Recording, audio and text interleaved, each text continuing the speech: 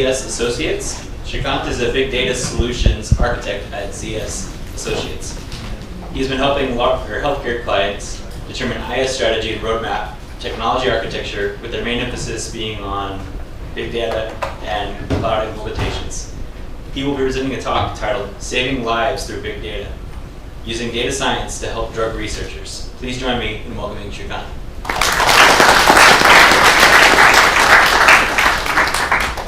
Thank you. Good afternoon, everyone, and happy Big Data Day.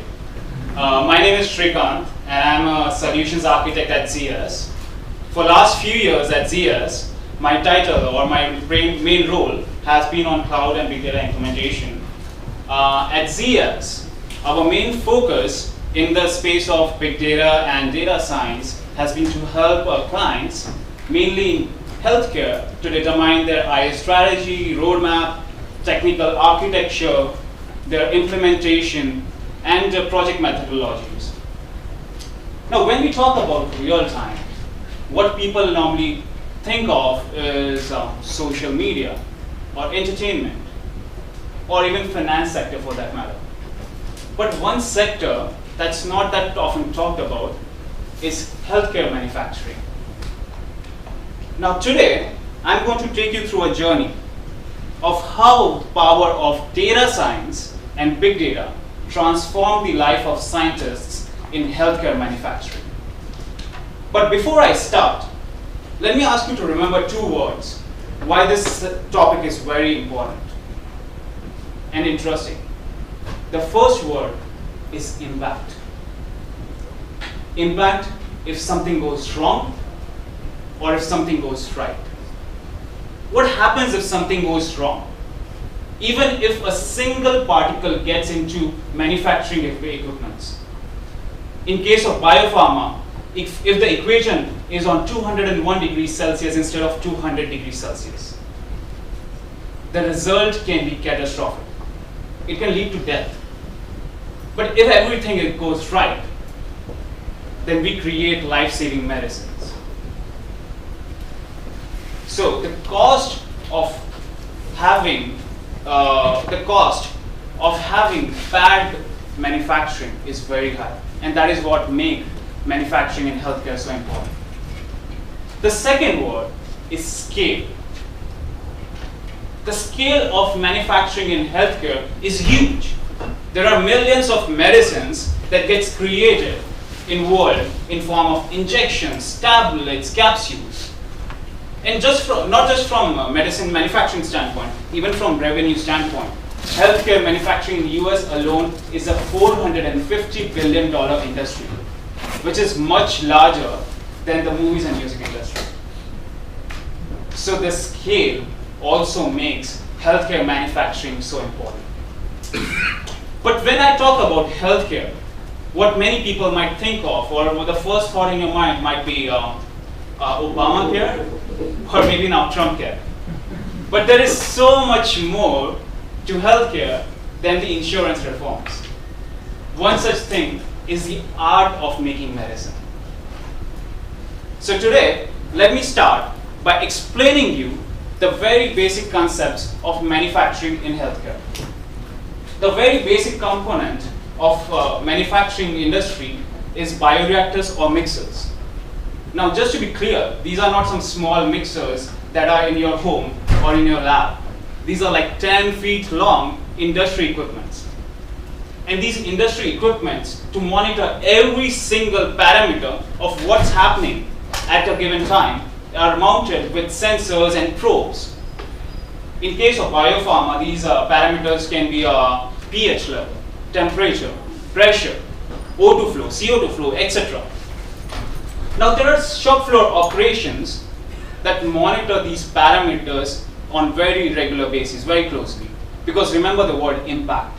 If anything goes wrong, it's very high.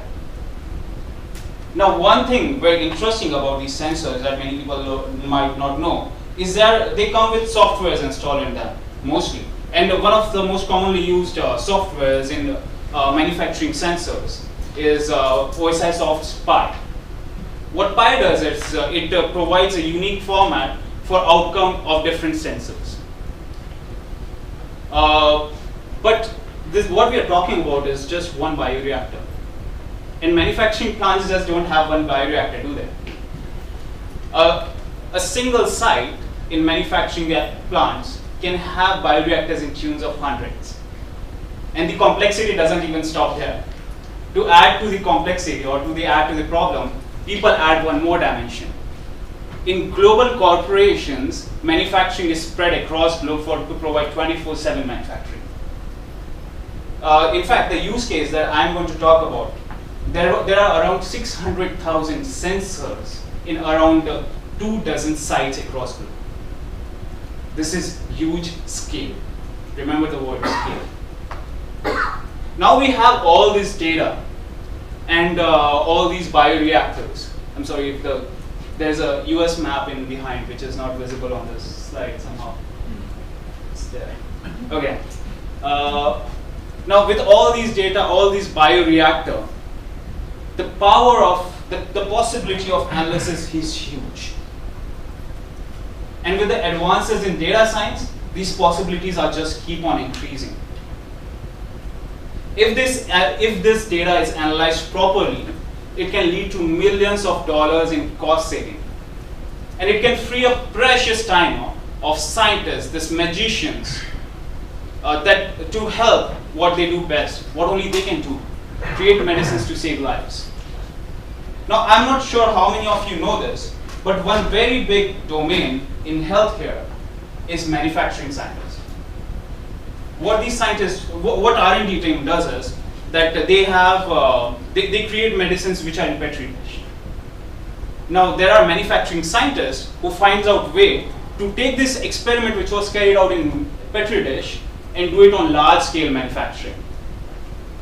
Now, this data can help these scientists to optimize the process of manufacturing, how to get best output out of least cost. They can see what is the impact of end product by changing different parameters. The other group which is there in healthcare is QA technicians, QA resource and technicians. The job of these QA resources is to ensure that the quality of product is maintained. Quality, again, impact. As part of their job description, what they do is they log any type of non-conformance to the process. So this data can help them analyze any type of adverse events or failed batches that occur in manufacturing by looking at what are the different parameters that can be a root cause. And then there is a third group, which is people like many of us in the room, the data scientists. Now we might not be the domain experts, but what we are good at is statistics and algorithm. What we can do with this data is magic. We can identify a sequence of events that can lead to failed batches. And we can design an algorithm that can predict when a failure will happen. Now, using this use case, even if a single batch is saved, it can lead to millions of dollars in cost saving. But if the possibilities of analysis are high, the challenges are no way less. The challenges are humongous. This is a classic volume and velocity problem in big data. It's like having 600,000 active users who are generating data every second, every minute in social media, if I have to take an example like that. Now this itself raises problems like having storage that should allow capabilities like real-time read, real-time write, multiple read simultaneous reads, multiple simultaneous writes, and having a storage that's highly scalable to handle large volumes of data. Because remember, this is millions of records that gets generated every single day for a given manufacturer. Now, even if you find a storage that can do all this, how do we get data to a common platform for analysis?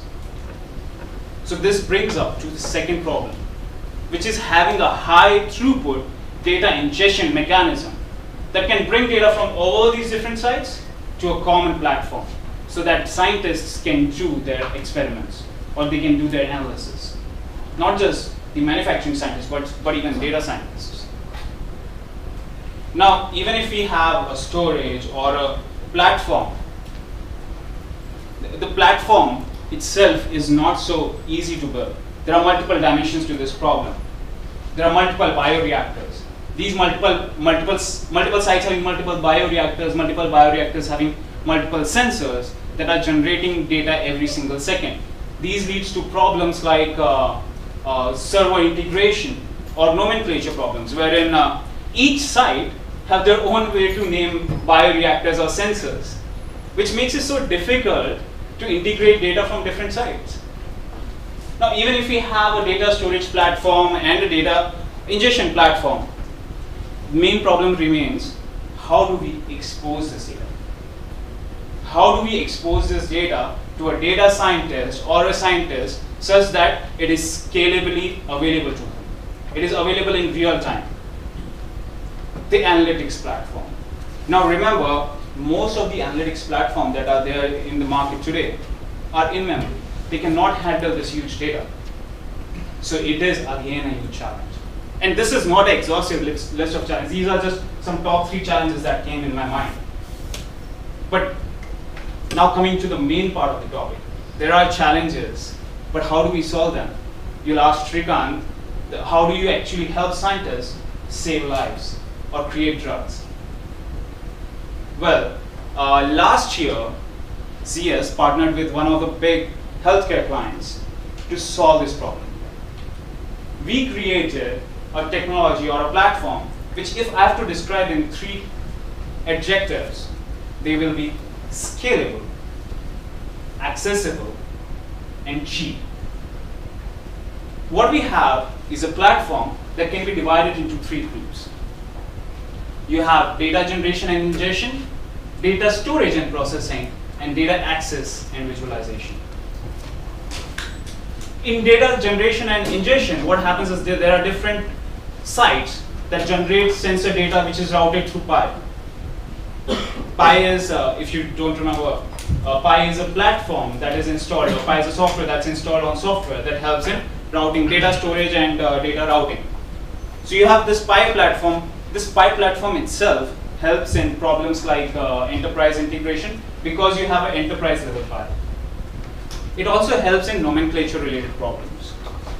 And the interesting thing about Pi is that it has something called as SDK, software development kit. What this SDK does is it allows us to route the outcome of the sensors or output of sensors to Kafka queues. So there we take SDK, using SDK, and route the data to multiple Kafka clients. These multiple Kafka clients write into Kafka queues. Now, if you guys don't know what Kafka is a messaging service which can be used for real-time streaming. Okay? So you have multiple Kafka clients running in parallel. Now this parallelism is something that provides scale. What we do is we divide the entire universe of sensors into different chunks. And each chunk is targeting a particular Kafka client or a Kafka queue. So you have divided a whole universe into multiple chunks. Now this data, which is available in Kafka queue, is read by something called as a Spark streaming app, which is hosted on Throughput.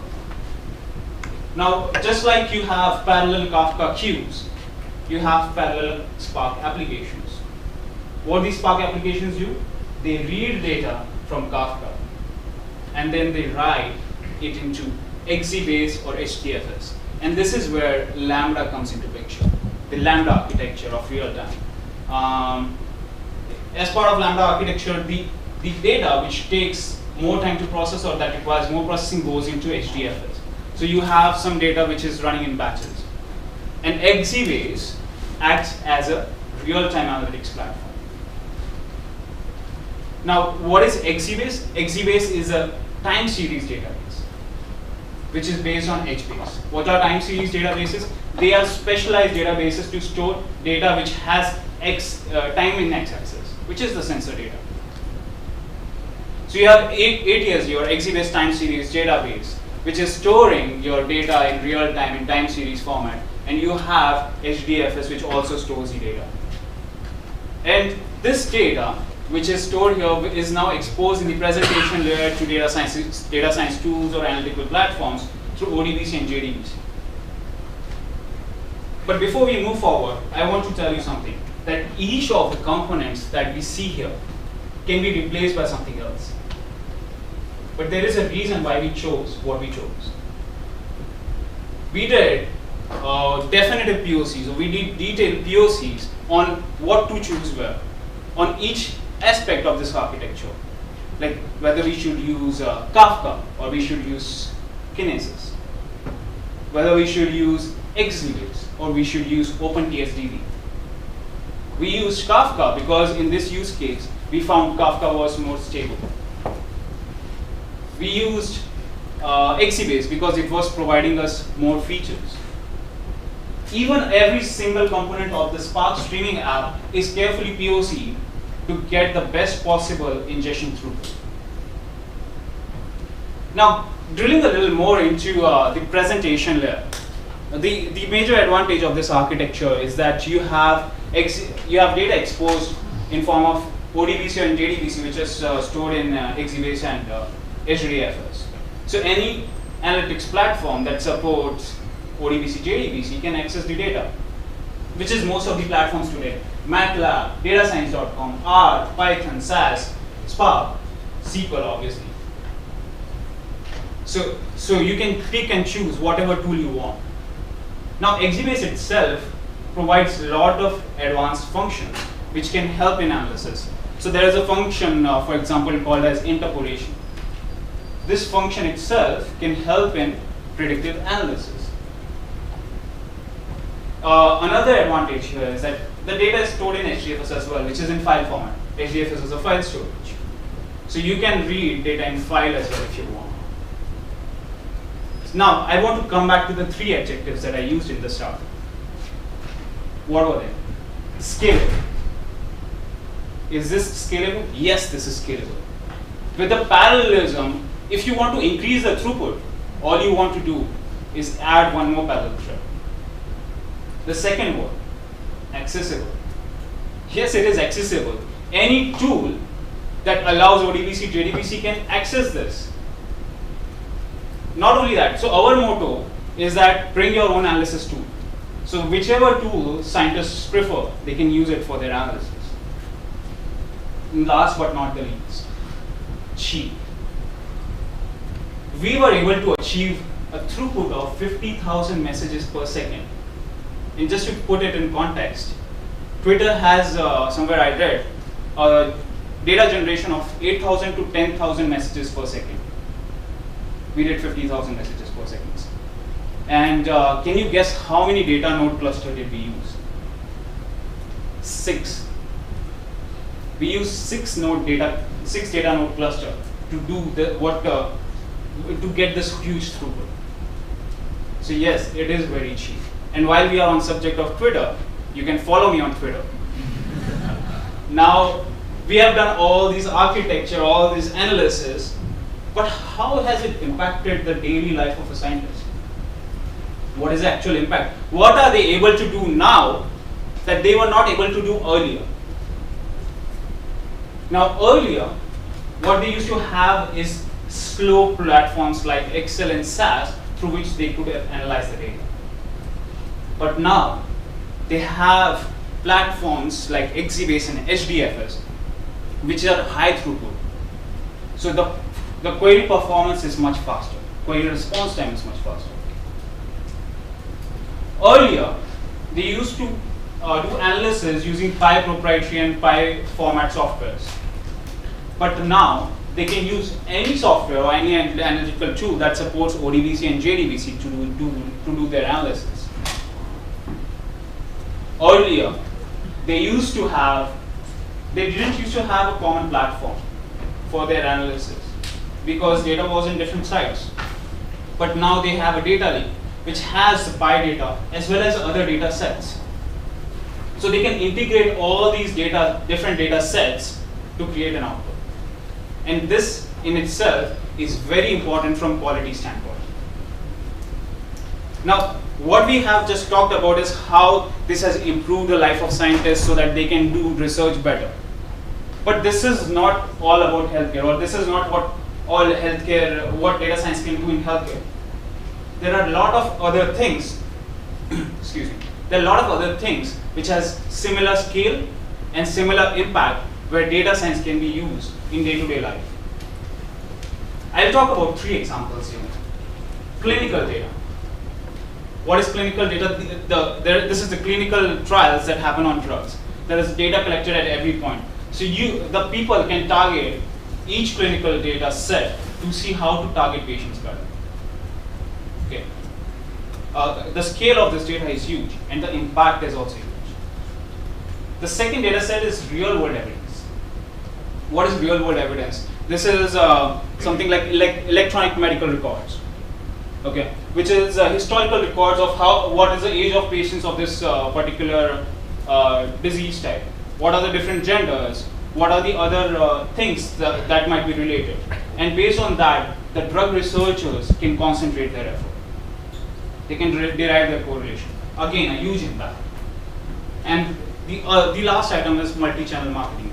This is a marketing tool which marketing team can use to target the doctors better. What is the best way to call on a doctor or to target a doctor? Because if we reduce the spending in marketing, it is going to ultimately contribute in reducing the medicine price. So again, a huge impact. But before I close, there is one thought that I want you guys to leave with. There are so many uncurable diseases in this world. Every single minute that a scientist spends in a redundant task is a minute that he could have used to do a research on this uncurable disease, because he is the magician. He is the only one who can do this research. So as data scientists, as engineers, as technologists, it's our job to make sure that we enable scientists to do their jobs better. Thank you.